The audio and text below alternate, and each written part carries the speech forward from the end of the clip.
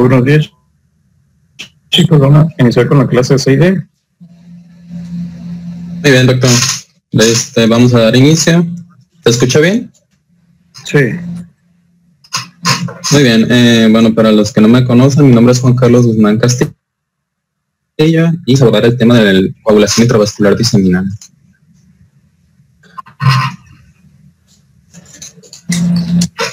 Bueno, antes de entrar de lleno al tema de la entidad que es la coagulación intravascular diseminada, tenemos que tomar en cuenta que coagulación es un proceso que normalmente se lleva a cabo de manera fisiológica, en el que está compuesto y participan de diversos componentes y que tiene como objetivo pues evitar la pérdida de sangre ante una lesión del endotelio vascular. Ahora, no siempre va a ser la lesión per se del endotelio vascular el que va a causar el inicio de la coagulación, sino que puede haber diversos estados inflamatorios en el cual es mediada por moléculas como la interleucina 1, la interleucina 6, la interleucina 8 y el factor de necrosis tumoral, que son los más comúnmente estudiados. Pueden dar inicio a la cascada de la coagulación sin que haya una lesión endotelial como tal. Igual esto ocurre de una manera fisiológica ante el estado de inflamación.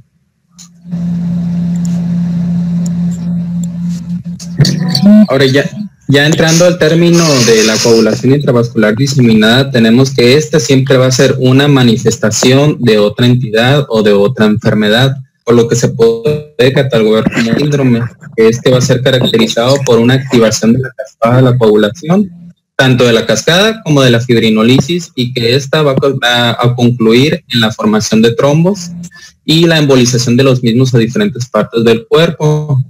Sí, normalmente lo que más se ve afectado es la microvasculatura, aunque si este avanza, pues puede llegar a afectar a órganos vitales, ¿no? Y a causar obstrucción por la misma trombosis y la hipoperfusión de órganos vitales, lo que puede ser de las principales complicaciones. Ahora, existe una fuerte estimulación de la actividad fibrinolítica, por lo que pueden aparecer fenómenos hemorrágicos. Pues esto es importante tenerlo en cuenta, que siempre los dos fenómenos clínicamente se distinguen la hemorragia por sangrado, que puede llevar a la pérdida de pequeños o grandes volúmenes de sangre. Y pues en medicina no se puede generalizar nada, sin embargo sí podemos intuir o dar cierta predisposición de un fenómeno trombótico sobre el hemorrágico o al revés, predisposición del fenómeno hemorrágico sobre el trombótico en diversas situaciones. Un ejemplo sería pues las complicaciones obstétricas o la destrucción tisular masiva, como ocurre en los traumatismos craneoencefálicos, que normalmente lo que esperaríamos es que se presenten predominantemente con hemorragia. Sin embargo, otras situaciones en las que se presenta el CID, como algunos cánceres, algunas leucemias, podemos esperar o intuir que va a predominar la trombosis. Siempre se va a presentar con ambos fenómenos. Ahora, las causas de CID son múltiples, son variadas y como les venía mencionando, es una manifestación de otra enfermedad como tal. De las más frecuentes tenemos las infecciones y la sepsis, bacterias gram negativas o gram positivas.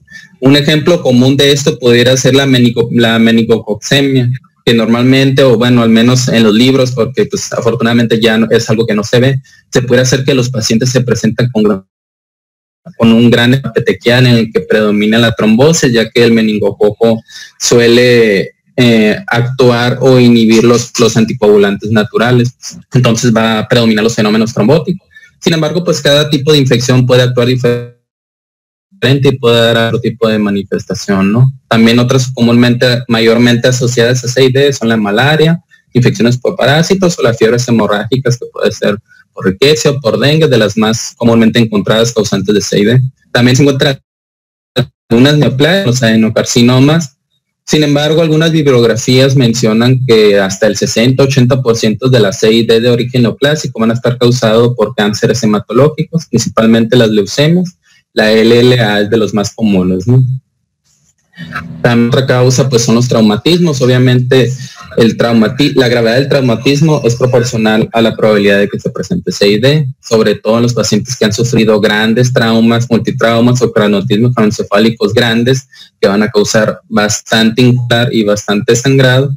que van a ser los que mayormente causen CID. También se puede asociar bajo este mismo mecanismo quemaduras o cualquier herida, aunque no sea un multitrauma mayor, pero que cause una pérdida exorbitante de sangre, también nos puede llevar a ser causante de CID. Algunas calamidades obstétricas que vamos a platicar un poquito más de eso más adelante, como el abrupto placental, el embolismo amniótico, el feto muerto retenido, algunas malformaciones vasculares como el hemangioma gigante, Juanes de la aorta. Algunas reacciones inmunológicas también son causantes de CID, sobre todo las reacciones transfusionales, hemólisis intravascular, rechazo de los trasplantes, el SAF catastrófico, algunos venenos, sobre todo en nuestro medio se ve comúnmente encontrado en los venenos de víboras y serpientes como causantes de CID. También rabdomiolisis y vasculitis.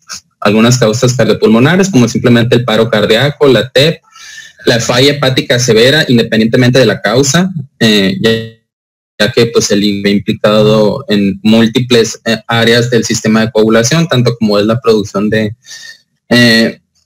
componentes como los factores que se producen en el hígado, los anticoagulantes naturales, como la proteína S, C y Z, así como la limpieza, digamos, de los productos de degradación de la fibrina.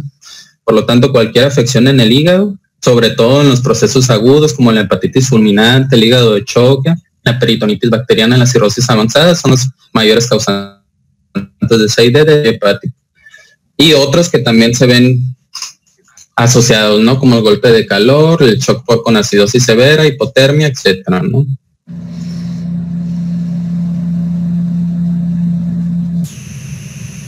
Ahora, como causas son múltiples, y obviamente cada paciente, dependiendo de la enfermedad que esté causando la CID y qué tan rápido se instaure esta, la podemos clasificar inicialmente como una sintomática. Esta es caracterizada por la ausencia de síntomas vinculados con alteraciones de la hemostasia. Esto pues principalmente lo vamos a ver en pacientes con patologías crónicas, sobre todo aquellos como neoplasias, cánceres de cualquier tipo, sobre todo los hematológicos. Normalmente estos no requieren tratamiento ni hospitalización y suelen ser como un hallazgo en los laboratorios al valorar este tipo de pacientes, ya que como su nombre lo dice, es asintomática, ¿no? La podemos clasificar como CID hemorrágica, que como su nombre lo dice, va a ser caracterizada por hemorragias que según su repercusión en el estómago puede llegar a causar incluso la falla orgánica. O la insuficiencia orgánica, que es caracterizada por la isquemia de los tejidos. Esta puede ser por pérdidas hemáticas o por la misma trombosis que origine como la causante directa de la hipoperfusión tisular. ¿Saben el prototipo de leucemia hematológica que causa CID? Sí, la polimielocítica aguda. Así es, la polimielocítica aguda causa CID en los pacientes. Tiene una coagulación intravascular diseminada parecida, muy parecida. ¿Y saben por qué?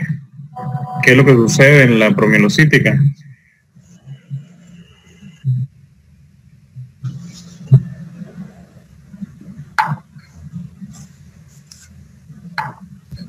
¿Alguien sabe por qué da una CID? No recuerdo específicamente, pero llegué a leer que tenía que ver con la activación de la actividad que inhibe el factor tisular. Bueno, la explicación es porque los promielocitos liberan una parecida al factor tisular en la membrana y como son bastantes, están activando la coagulación. Desde que empiezan a aumentarse, secretan esta sustancia que es factor tisular o muy parecido al factor tisular y pues activan la coagulación. Eso es lo que pasa en los pacientes con leucemia promielocítica. Por eso tienen, ya cuando se diagnostican, a veces con los tiempos prolongados, con hemorragia, con trombocitopenia, fibrinógeno bajo. Entonces, es algo a tener en cuenta, nada más que un paciente con patopenia o citopenia, si aparte problemas de coagulación, es muy probable que pueda ser una leucemia promielocítica. el sangrado es muy importante en los pacientes con promielo. Muy bien, continuamos. Entonces, muy bien, continuando un poco con las causas y la fisiopatología de la CID, tenemos que la sepsis es de las principales enfermedades que son más comúnmente vinculadas a CID, ya que existe una estrecha relación entre el sistema de coagulación y la actividad inflamatoria. Ante actividad inflamatoria, pues mayor es la activación del sistema de coagulación y por lo tanto, pues el consumo de los factores implicados en esta. Más de entre el 20 y 40% de los pacientes con sepsis padecen, esta puede ser en menor o mayor grado. Y tenemos que cualquier situación que se manifieste mediante el síndrome de respuesta inflamatoria sistémica va a ser una de las principales causas en que se activa el sistema de coagulación. Ahora aquí como comentario, también es un poquito diferente, también hay un poco de variaciones, ya que pues en niños principalmente se asocia a procesos malignos como la leucemia y los linfomas. También es importante recordar que un neonato o un niño recién nacido tiene muy cuidado o aún tiene muy poca producción de los anticoagulantes naturales, que son las proteínas S, C y Z. Entonces, ante un cuadro séptico va a haber consumo de por sí hay poca cantidad, esta se va a empezar a consumir. Entonces, a coagulantes naturales va a dar como resultado un estado protrombótico. Ese es el mecanismo de la sepsis. Sin embargo, también los recién nacidos que nacen con algún problema respiratorio o cualquier causa que se vea reflejada en una hipoxia celular, esta va a causar que el metabolismo sea anaerobio por la consecuencia de liberación de ácido láctico, y la lesión endotelial junto con la acidosis va a causar la liberación de tromboplastina y de ahí comienza la alteración hemostática en este tipo de pacientes. Ahora, el endotelial que se causa, bueno, independientemente de la causa, va a ocasionar la liberación de fibras de colágeno, lo que va a llevar directamente a un estado protrombótico y activarse la cascada de coagulación, alterando la reactividad de las plaquetas y originando vasoconstricción como mecanismo ante la lesión endotelial para tratar de disminuir las pérdidas hemáticas. Aquí se va a activar la pared del endotelio y va a dar inicio a la diapédesis, que prácticamente es el aumento de la permeabilidad del endotelio que hace que los leucocitos crezcan para llegar al sitio donde se está originando la inflamación.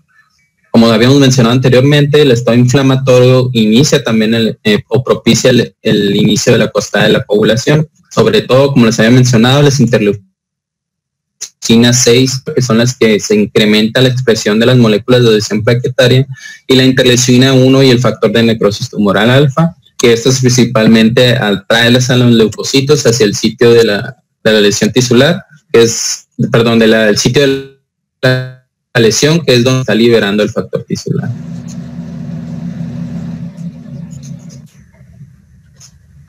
Y bueno, el inicio de la cascada de coagulación, más adelante lo voy a explicar mediante un esquema, pero va a dar origen a la formación trombina.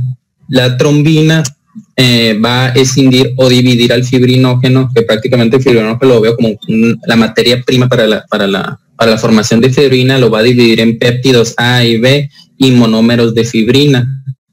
Esta va a tener como objetivo cubrir las plaquetas y las proteínas de la coagulación.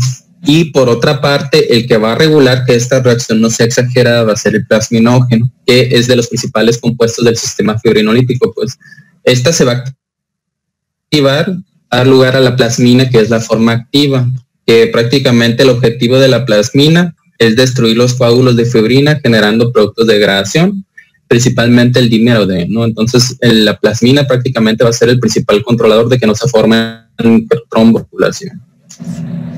Y las proteínas que controlan la cascada de coagulación, que son los anticoagulantes naturales que tenemos, como la proteína C y la S y la enterotrombina, eventualmente, si sigue todavía la actividad inflamatoria, se van a terminar.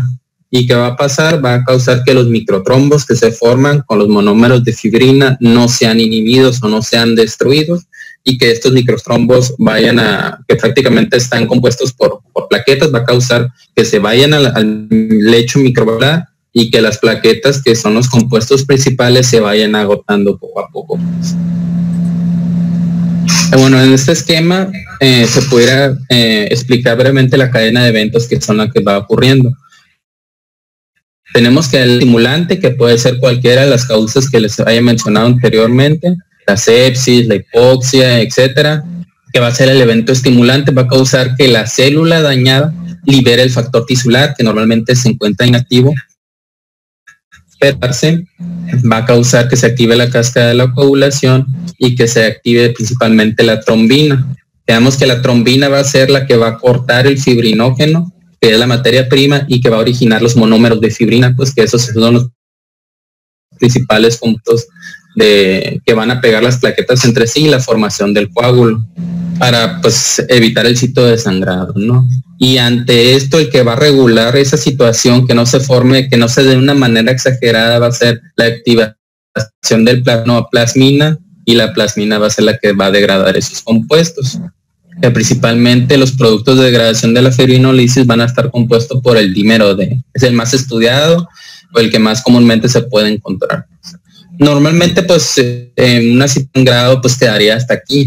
Sin embargo, si la situación o el evento estimulante continúa, va a continuar esta cadena hasta que los anticoagulantes neutrales, que son la antitrombina, proteína C, S y Z, terminen de agotarse, lo que va a causar que los trombos de fibrina no sean inhibidos, por lo que estos van a llegar a la circulación sistémica, causando obstrucción de la microvasculatura, y asimismo a causar que se activen las plaquetas, y conforme estas formen coágulos y se vayan activando continuamente, van a terminar por agotarse, por lo que va a originar también una trombocitopenia. Por eso también se le llama a la CID una coagulopatía por consumo, ya que termina por agotar pues prácticamente todas las proteínas, los factores y las plaquetas, ¿no? ¿Cuál es la finalidad de la coagulación, Guzmán?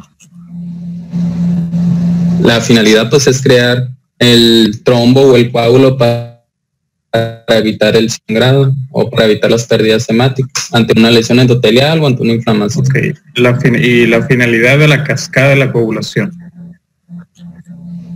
Pues prácticamente concluye en la formación de la red de fibrina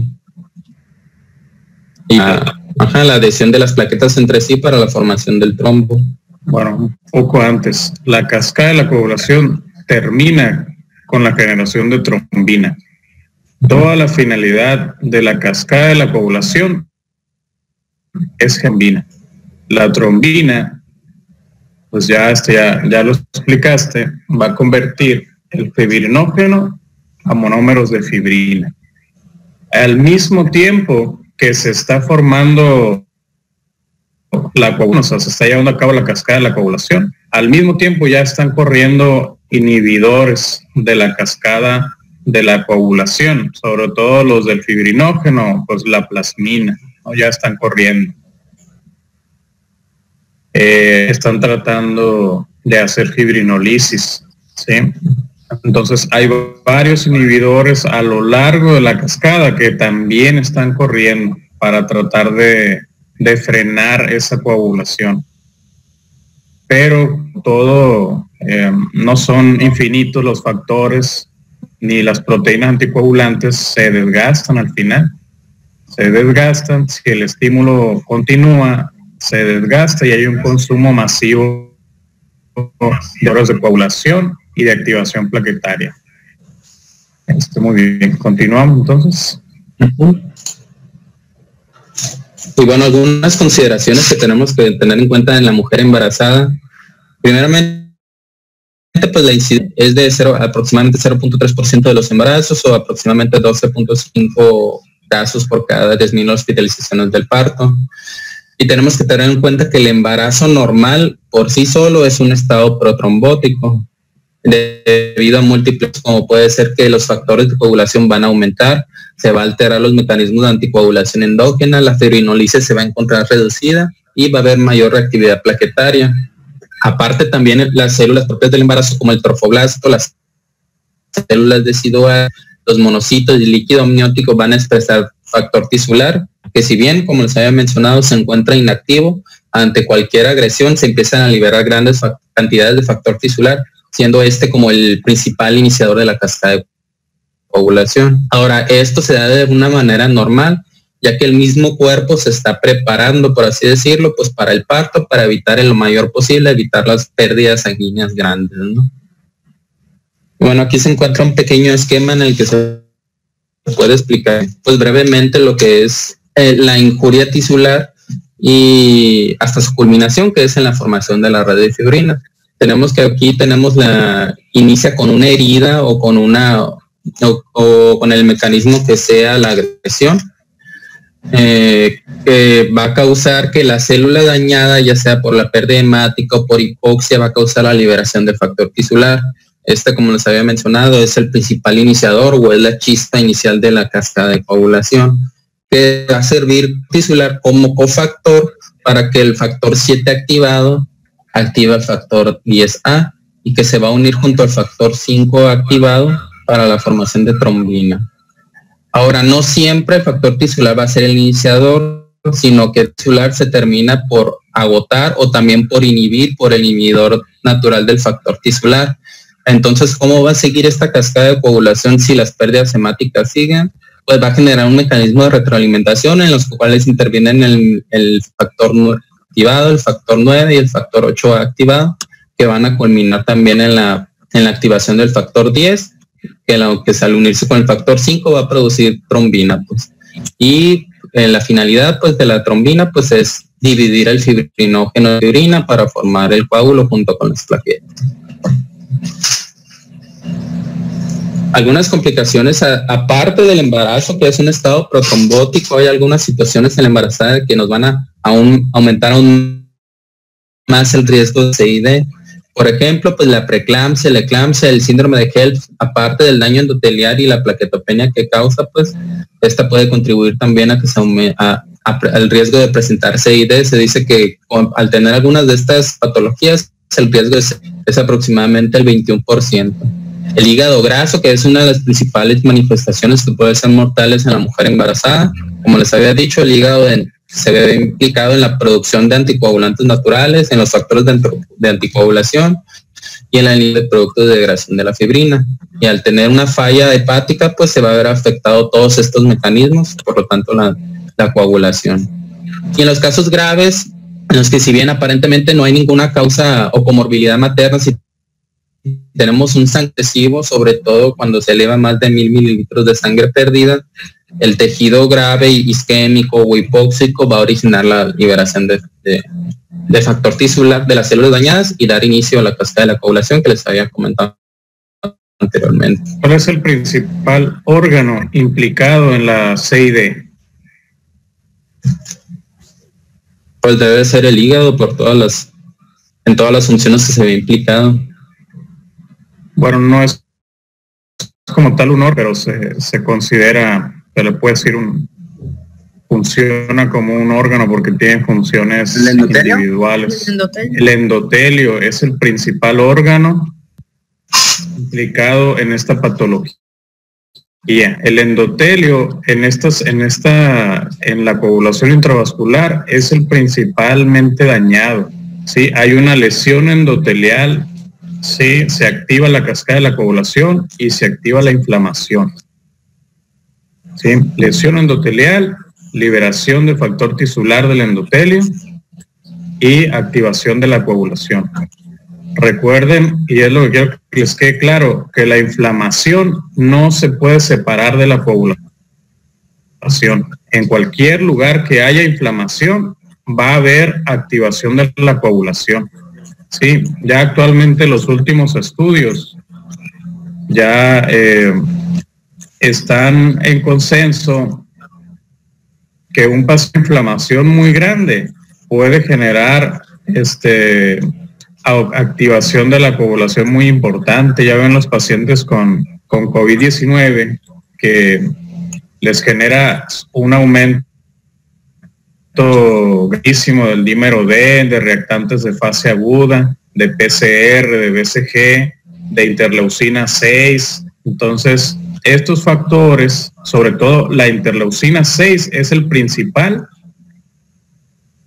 para la liberación de factor tisular a nivel del endotelio. ¿Sí? Si alguien les pregunta por qué se libera factor tisular en la inflamación, es por acción de la interleucina 6 aparte de la lesión endotelial. Entonces, interleucina 6, recuerden que es el principal, la principal interleucina inflamatoria, aparte de interleucina 1, factor de necrosis tumoral, interferón beta. Entonces, interleucina 6 es el principal estímulo para que el endotelio libere factor tisular a nivel sistémico. Sí, entonces esa es la fisiopatología en general. Muy bien, entonces continuamos. Muy bien, Juan. Muy bien, continuando estrictamente en la mujer embarazada, algunas situaciones que nos pueden predisponer o aumentar bastante el riesgo de desarrollar CID. Tenemos a la brutoplacentae con o sin sangrado evidente. De hecho, se dice que los que no tienen sangrado evidente tienen mucho mayor riesgo de presentar CID que los que no tienen sangrado. Esto se debe principalmente a que comúnmente en estos casos se forma un hematoma entre el útero y la placenta, y ese hematoma pues no es percibido como un sangrado evidente, ¿no? Y ahí es cuando se empieza a sangrar, que puede ser grandes cantidades, y activar el sistema de coagulación y terminar por su agotamiento como tal. La embolia, como les había dicho, también es en el líquido amniótico, se expresan también bastante el factor tisular, que afortunadamente es una situación rara, pero que también puede llegar a ser mortal y a ser como causante de CID. El aborto séptico también, como tal, como el mecanismo de la sepsis ya afectado, como mecanismo inflamatorio. La hemorragia posparto, sobre todo aquellos que tienen más de 1000 mililitros de sangrado o con una hemorragia con signos de hipovolemia.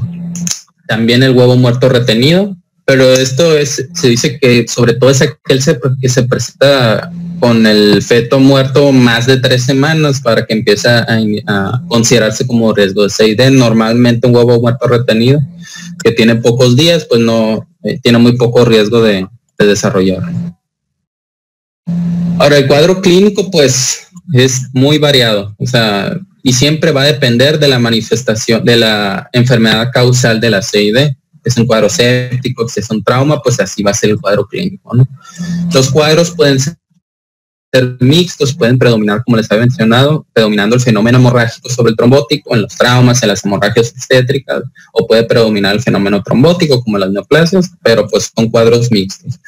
La disfunción de órgano blanco pues va a depender también del grado ID que se origina la trombosis, y también pues va a depender pues de la gravedad de la manifestación que lo esté causando, ¿no? Y la hemorragia pues es el signo más común que más comúnmente podemos interpretar como inicial. Para el diagnóstico de CID, pues los criterios para el diagnóstico de la coagulación intravascular diseminada se basan en pruebas de coagulación, tiempo de protrombina, cuantificación de productos de degradación de fibrina y recuento plaquetario. No hay una prueba, un reactivo que sea diagnóstico de CID, sino que tenemos que interpretar tanto la clínica y los hallazgos en el laboratorio para tratar de determinar la probabilidad de que se presente CID. Pues los japoneses a los inicios de los 2000, la la Asociación de Medicina Aguda Japonesa y el Instituto de Bienestar de Japón, en el 2001 crearon criterios en base a diferentes manifestaciones, y a los cuales se les da un puntaje y se podría determinar como riesgo de CID. También el Instituto, la Sociedad Internacional, de Trombosis y Hemostasia, también tiene sus propios criterios. Y estos toman en cuenta pues la Asociación de Medicina Aguda Japonesa es la única que toma en cuenta al CIRS como válido, como un puntaje para determinar también como riesgo de CID. También el recto plaquetario, en sus estados más graves, pues a diferencia de los demás, que el estado más grave es de 50, aquí no se espera que llegue hasta 50, sino que lo determina como un punto de corte como 80, o más del 50% de las plaquetas, de la disminución de las plaquetas en 24 horas. Toma en cuenta el TP, que sea mayor a 1.2, los productos de degradación de fibrina, que prácticamente es el dímero D, y la concentración de fibrinógeno. Ya que este puntaje de la Asociación de Medicina Aguda Japonesa toma en cuenta los criterios de respuesta inflamatoria y no se espera hasta que las plaquetas caigan hasta 50,000, se recomienda más que se utilice más en situaciones agudas o en la terapia intensiva, como puede ser en cuadros sépticos o en traumatismos.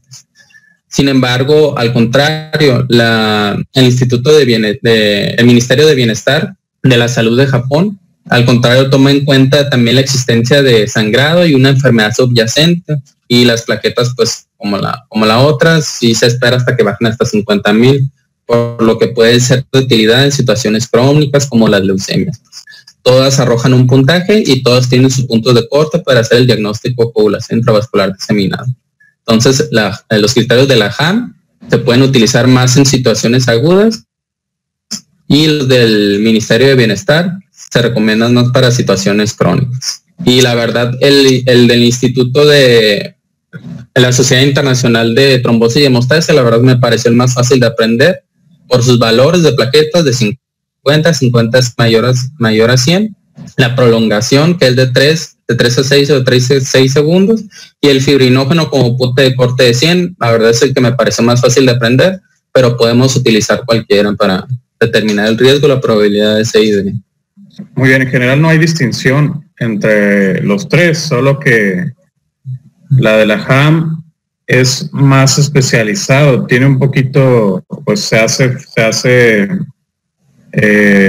validez de los criterios de respuesta inflamatoria. Aparte que la de la ISTH es más fácil de aprender, más práctica, incluso tiene una sensibilidad alrededor del 93% para detectar CID y la especificidad es cerca del 98%. Entonces, es muy fácil, es muy práctica y tiene alta sensibilidad y especificidad.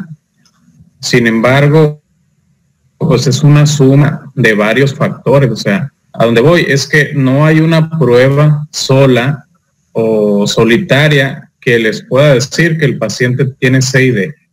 No hay.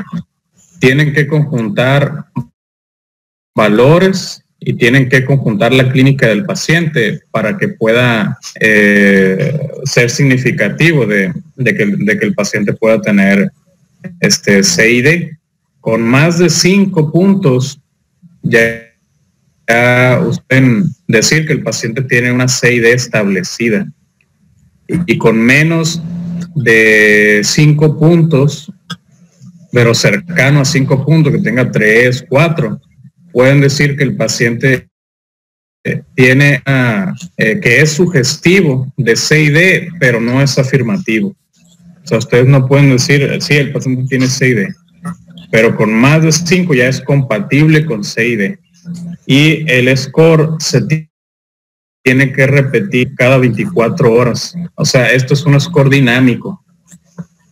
Si lo hacen al principio y les salió 1, hay que repetirlo al siguiente día, porque el score puede cambiar. Como es algo dinámico, cuando tú lo estás viendo en ese momento, la coagulación ya va unos 3, 4 pasos adelante de tus laboratorios. Entonces, ya ven que los resultados los reportan a las horas y eso. Entonces, si tú en ese momento tiene 80,000 plaquetas el paciente por laboratorio, a lo mejor en ese momento ya tiene 20, ya tiene 30.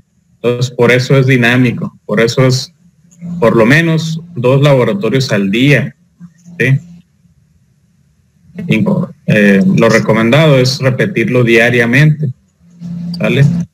Y cuando el score es menor, pues cuando el score es mayor de 5, pues sí, lo tienen que hacer 2 veces al día, y cuando es menos de 5, diario, uno cada 24, estarle midiendo el score. Y sí pueden utilizar cualquiera de los 3, pero el más práctico es del ISTH. Ok, continuamos, Juan. Ya que tenemos el diagnóstico o la alta probabilidad de que sea el diagnóstico de CID, nos vamos a enfocar al tratamiento, que siempre el tratamiento va a ser tratar la causa subyacente, tratar el traumatismo, tratar el veneno, tratar la toxina, tratar las causas hemáticas. Ese va a ser el tratamiento de base.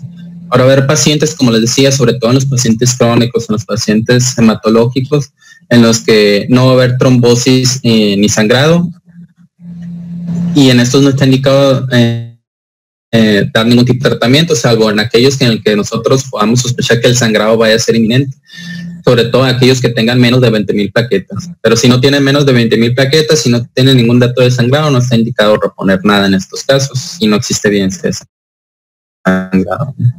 Ahora, en los casos con sangrado se debe dar soporte con hemocomponentes, que va a depender del grado de severidad del sangrado. El objetivo pues es mantener las plaquetas mayores a 50,000 y unos tiempos de coagulación menos de 1.5 veces el valor normal del laboratorio. Los antilinolíticos no están indicados ni de rutina, solamente va a haber ciertos casos, sobre todo en la mujer embarazada, en el que si el sangrado es refractario al tratamiento, se puede considerar el uso de ácido tranexámico, 1 o 2 gramos nada más en menos de 24 horas, como únicas dosis nada más. Sin embargo, en otras situaciones, como en las que predomina el efecto protrombótico, estas pues al ser un mecanismo que promueva más la coagulación, pues nos va a causar más hipoperfusión tisular o mayor grado de trombosis, por lo que no están indicados de rutina. Y el soporte, pues, de los hemoderivados, tenemos que tener en cuenta, como se comentó en clases anteriores, que en el síndrome anémico, de datos de sangrado también, se debe considerar los concentrados eritrocitarios, y el aumento por cada concentrado eritrocitario va a ser aproximadamente por cada unidad va a ser aproximadamente de 1 gramo de hemoglobina. El plasma fresco congelado también, ya que este es rico en factores de coagulación y tiene la mayoría de los componentes del sistema de coagulación necesarios, se va a indicar una dosis de 10 a 20 mililitros por kilo. Aquí nada más lo que hay que mencionar es que la cantidad de fibrinógeno es muy poca. Entonces, si es que se requieren altas cantidades de fibrinógenos, se debe de tomar otro tipo de tratamientos como el crioprecipitado o el concentrado de fibrinógeno, ¿no? Entonces el plasma fresco congelado tiene la mayoría de los factores de coagulación y normalmente con este suele ser suficiente para lograr la hemostasis. Tenemos que tener en cuenta que tiene una vida media de 4 a 6 horas aproximadamente, esto sobre todo a los pacientes que se van a someter a un tratamiento quirúrgico o en los que continúa el sangrado, lo tenemos que tener en cuenta para continuar la reposición en caso de que se ocupen. Los precipitados, sobre todo ya que estos son más ricos en fibrinógeno, en factor 8 o en factor 13 o en factor de von Willebrand. Estos se van a indicar en caso de que sospechemos la deficiencia de algún factor y que no tengamos el factor aislado como tal, pues podemos optar por la administración de crioprecipitados, ¿no? Y pues las plaquetas, preferentemente que sean de un solo donador o que sean aféresis plaquetaria para causar menos respuesta inflamatoria. Tenemos que tener en cuenta, como ya se había mencionado, pues que una unidad de plaquetas va a costar alrededor se necesitan alrededor de 6 unidades de plaquetas para elevar las plaquetas aproximadamente en 30,000 o una aféresis plaquetaria. Sí, muy bien. El plasma, como ya contó Juan Carlos, es únicamente para aportarle los factores al paciente. Hay que mencionar que en fase inicial de la CID, si ustedes le hacen el score y el paciente no está sangrando, no hay que transfundirle. Porque si el fisiopato de la CID, al principio es una formación de microtrombos. Entonces, lo que van a hacer ustedes al transfundirlo es alimentar esa CID y la pueden hacer peor. Entonces, al principio no se recomienda transfusión.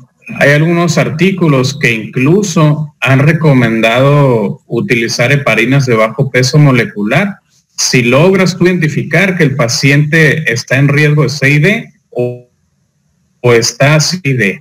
Sin embargo, hasta ahorita no se tiene la evidencia científica como para yo decirles, ¿sabe qué? Si usen Enox en todos los pacientes con CID. No, en algunos se ha utilizado y hasta el momento no es muy fuerte esa evidencia. Lo otro es que, como les digo, no los deben de transfundir porque lo único que van a hacer es alimentar. La transfusión se realiza únicamente cuando el paciente ya está sintomático, ya tiene anemia, empieza a tener sangrados, las plaquetas están muy bajas, ¿sí? Tiene riesgo de sangrado sistema nervioso central. El plasma va a aportar los factores, el crioprecipitado va a aportar el fibrinógeno necesario, que recuerden que tiene de 80 a 100 de fibrinógeno, y las plaquetas van a aportar plaquetas, ¿no? Una enféresis, eso es importante, va a subir aproximadamente de 30 a 50,000 las plaquetas, o sea, sumados a la cantidad que tenga el paciente, ¿sí? Entonces, si el paciente tiene 10, pues va a subir unos 40 a 50 más o menos, ¿no? Muy bien. Continuamos. Doctor, disculpe, es que tengo una duda. Es que, ahorita mencionaron que eran 20,000 plaquetas, ¿no? A todos los pacientes con menores de 20,000, pero es que yo leí en el UPTUDI que decía que eran menor de 10,000. Sí, menor de 10,000. Leucemia polimelocítica aguda, que esos tienen más riesgo, que esos sí se transfundieron. Sí, los pacientes que tienen comorbilidades hematológicos, pacientes hematológicos y pacientes que tengan alguna coagulopatía preexistente, la cifra a los que de plaquetas son 20,000. Entonces, ahí varía un poco. Y pacientes sin comorbilidades que llegan por una infección, no tiene coagulopatía preexistente, no es paciente con cáncer o hematológico, las cifras son 10,000 para transfusión de plaquetas. O paciente que va a recibir inmunosupresores también son 20,000.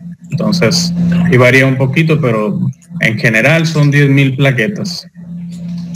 Ok. Pregunta, doctor, también cambiaría la cantidad de plaquetas totales en caso de sangrado activo, porque así como ahí también, como en el caso de Rosario, que 20,000 plaquetas, que de forma profiláctica en los casos seleccionados que mencionó, también se mencionaba que en caso de sangrado activo con menos de 50,000 plaquetas también se transfundía. Así es, un paciente que tiene sangrado, sobre todo, ya lo habíamos comentado en las indicaciones de transfusión, cuando un paciente sangra y tiene trombocitopenia, sobre todo debajo de 40,000, tienes que hacerle una transfusión, porque si está sangrando tienes que aportarle plaquetas. Si está sangrando es probable que el paciente ya esté consumiendo más plaquetas de las que te está reportando el laboratorio. Entonces, sí hay que transfundir si el paciente ya está sangrando. Muy bien. Continuamos entonces, Juan Carlos. Muy bien, como lo comentaba, doctor, la heparina sigue siendo un tema controversial en el paciente en el contexto de una CID. Sin embargo, en el paciente pósico que está postrado, que consideramos que tiene riesgo de trombosis, pacientes sépticos y puérperas, tiene las mismas indicaciones para evitar el tromboembolismo venoso respecto al uso de heparinas. Pues entonces, a menos que el paciente esté sangrando o tenga plaquetas menos de 20,000, se pudiera tener utilidad para evitar pues el tromboembolismo venoso, ¿no? Y en casos de deficiencia de proteína C aislada, como en la púrpura fulminante, se recomienda el concentrado de proteína C a una dosis de 100 unidades internacionales por kilo, como bolo seguido de 50 unidades por kilo cada 6 horas, hasta que el dímero D se normalice o muestre una tendencia decreciente, ¿no? Ahora, pues en el caso también de la mujer embarazada, pues el parto, pues prácticamente en la mayoría de las manifestaciones que mencioné, el parto es la resolución del problema que está causando la CID. Entonces el parto es un componente clave para el manejo cuando se trata de una etiología obstétrica de la CID. Entonces las metas que tenemos que tener con los pacientes siempre es mantener una hemoglobina mayor de 7, tratar de mantener unas plaquetas más de 50,000. Esto es cuando nosotros estamos administrando hemoderivados, ¿no? Mantener el fibrinógeno arriba de 300 y mantener los tiempos de coagulación menos de 1.5 veces el valor normal del laboratorio, ¿no? Y ahora es importante recordar que el calcio es uno de los componentes principales que se ven implicados en el sistema de coagulación. Si nosotros empezamos a hacer reposiciones masivas de concentrados eritrocitarios, no estamos reponiendo otros factores como los electrolitos, por ejemplo. Entonces, al no haber suficientemente calcio para tanta cantidad de glóbulos rojos administrados, esto puede dar lugar a una hipocalcemia y que puede llevar a una alteración de los sistemas de coagulación y a las manifestaciones propias de la hipocalcemia, por lo que se recomienda que por cada 4 unidades de concentrados eritrocitados transfundidos debemos administrar de 1 a 2 gramos de gluconato de calcio IV durante 3 minutos. También, continuando con el tema de los electrolitos, tenemos que evitar la hiperpotasemia, sobre todo en los pacientes que ya tienen cierta tendencia a desarrollarla, como los pacientes renales. Tenemos que considerar que por cada unidad de sangre podemos, sobre todo aquellas que ya tienen mucho tiempo pues de que están guardadas, cada unidad va a aportar de 2 a 42,000 equivalentes de potasio. Entonces, al momento de administrar, no sé, 4 equivalentes, podemos estar 4 unidades, perdón, podemos estar transfundiendo hasta 160,000 equivalentes de potasio, ¿no? Entonces, algo tenemos que tener en cuenta. Y la manera de corregir esto siempre se va a preferir las soluciones polarizantes, glucosadas e insulina, pues ya que los diuréticos en el contexto de una sangrado, una inestabilidad hemodinámica, pues podrían ser mayor perjudicial, ¿no? Eso es muy importante lo que acaba de comentar Juan, es muy importante, son uno de los puntos importantes de la clase, así sensibles, es el calcio. Si ustedes se encuentran ante un paciente que está sanando y el paciente ya le han pasado de todo, le han pasado plasma, crioprecipitados, plaquetas, y el paciente sigue sangrando. Sí, si el paciente sigue sangrando, lo que tienen que buscar es calcular el calcio iónico. Si el calcio está bajo, acuérdense que el calcio participa en la cascada de la coagulación como un cofactor. Entonces, no lo tienen que olvidar el calcio, tienen que acordarse de eso y obviamente medir el calcio iónico y reponer calcio para que pueda participar en la cascada de la coagulación, y es probable que esa sea la causa de que sea refractario a corregir la coagulación con las transfusiones. Entonces, es un punto muy importante que tienen que tener en cuenta, no solo en CID, sino también en algún otro paciente que esté sangrando y ya le estén transfundiendo, ¿no? Ok, continuamos. Pues prácticamente el tratamiento, como les decía, se compone de los hemoderivados, tratar la causa subyacente y corregir el problema de la coagulopatía. Pero pues parte sería todo. No sé si hay algún comentario o duda a aportar. Muy bien, dudas, chicos, preguntas, alguna situación, ¿quedó claro? Yo creo que estuvo muy bien la clase que les dio Juan Carlos, muy resumida, la dio rápido y creo que tocó los puntos importantes a comentar, que son varias situaciones que les pueden causar CID. La más importante pues es la sepsis, y de ahí problemas oncológicos, hematológicos e incluso el embarazo como un estado protrombótico. No olvidar que las pacientes con preeclampsia, con síndrome de HELP y que desarrollan óbito o aborto, pues tienen un riesgo incrementado de hacer CID en estas situaciones. No hay una prueba estándar para yo decirles, con esta prueba ya pasa a determinar CID. Se ha estado estudiando que algunos productos de degradación de la fibrina pueden ser una prueba importante para determinar CID. Generalmente es la determinación de fibrina soluble en plasma. Es uno de los mejores parámetros para CID, pero no tenemos nosotros para medirlo aquí. Incluso no se mide rutinariamente, solo se utiliza para fines de investigación. Y lo único que tenemos pues es el score, sacarle los scores, les comentó Juan Carlos, y hacerle el puntaje. El puntaje es dinámico, se tiene que medir o 2 veces al día si el riesgo es alto, o 1 cada 24 si el riesgo es bajo, ¿no? El tratamiento pues es transfusional al principio, puede ser considerado la heparina si el paciente no está sangrando, por la fisiopatología de que hay una coagulación intravascular inicial, y después por el consumo de factores pues puede haber terapia transfusional después. ¿De qué fallece un paciente de CID?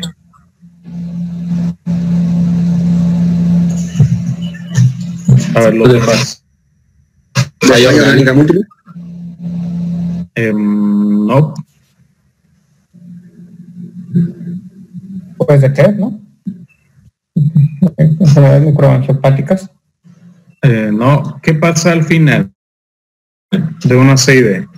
Si sigue su curso natural de la enfermedad, ¿qué sucede al final?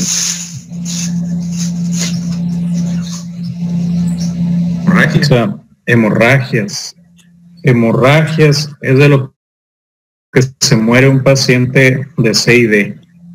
No va a tener ningún factor, no va a tener nada, no va a haber posibilidad de que ustedes detengan una hemorragia en un paciente con CID. ¿Sí? Va a haber sangrado por sitios de catéter, sangrado por el tubo, sangrado por sitios de punción, ¿sí? Incluso puede haber sangrados espontáneos. Recuerden que para un sangrado espontáneo es necesario la lesión orgánica preexistente. Sí, no pueden decir, tiene bajas plaquetas, sangró porque tiene bajas plaquetas, ¿no? Solo si tiene menos de 10,000 podemos decir eso. Si tiene más de 10,000, es difícil que hayan sangrado solos por plaquetas bajas. Pero sí fallecen por hemorragias. Es controversial transfundirlos al inicio porque lo único que van a hacer es alimentar la CID. Únicamente se reserva para cuando el paciente es grande. La interleucina 6, como en los procesos inflamatorios, es la principal responsable de la estimulación de las células endoteliales para que liberen factor tisular. Y el factor tisular, como lo vimos en la clase de coagulación, es un activador muy importante de la cascada. ¿Vale? Entonces, por eso se activa la coagulación en estos pacientes. Y pues donde sea que haya interleucina 6, pues va a haber inflamación. Donde sea que haya inflamación, va a haber activación de la coagulación. ¿Vale? Muy bien, chicos. ¿Alguna otra duda, alguna pregunta? Bueno, sí les quedó claro el tema. Muy buena la presentación. Bien, chicos, nos vemos mañana entonces. Mañana qué clase vamos a ver? Síndrome fagocítico. Okay, Nada más que va a ser, le había comentado el día de ayer que va a ser hasta la tarde, porque entro al área COVID. No sé si chicos, a las 5 va a ser la clase de mañana. ¿Está bueno? Okay. Muy bien. El síndrome fagocítico es muy importante porque cualquier proceso infeccioso se los puede dar. O sea, cualquier infección fuerte o incluso algunos problemas reumatológicos se puede dar un síndrome fagocítico. Y es difícil, es complejo, es un paciente que parece que sigue infectado y ustedes le meten antibióticos a diestra y siniestra y no mejora. Entonces, por eso es importante revisar ese tema. Y tiene que ver también con inflamación. Entonces, vamos a verlo mañana, es muy interesante. Listo, chicos, nos vemos. Hasta luego. Gracias. Vamos.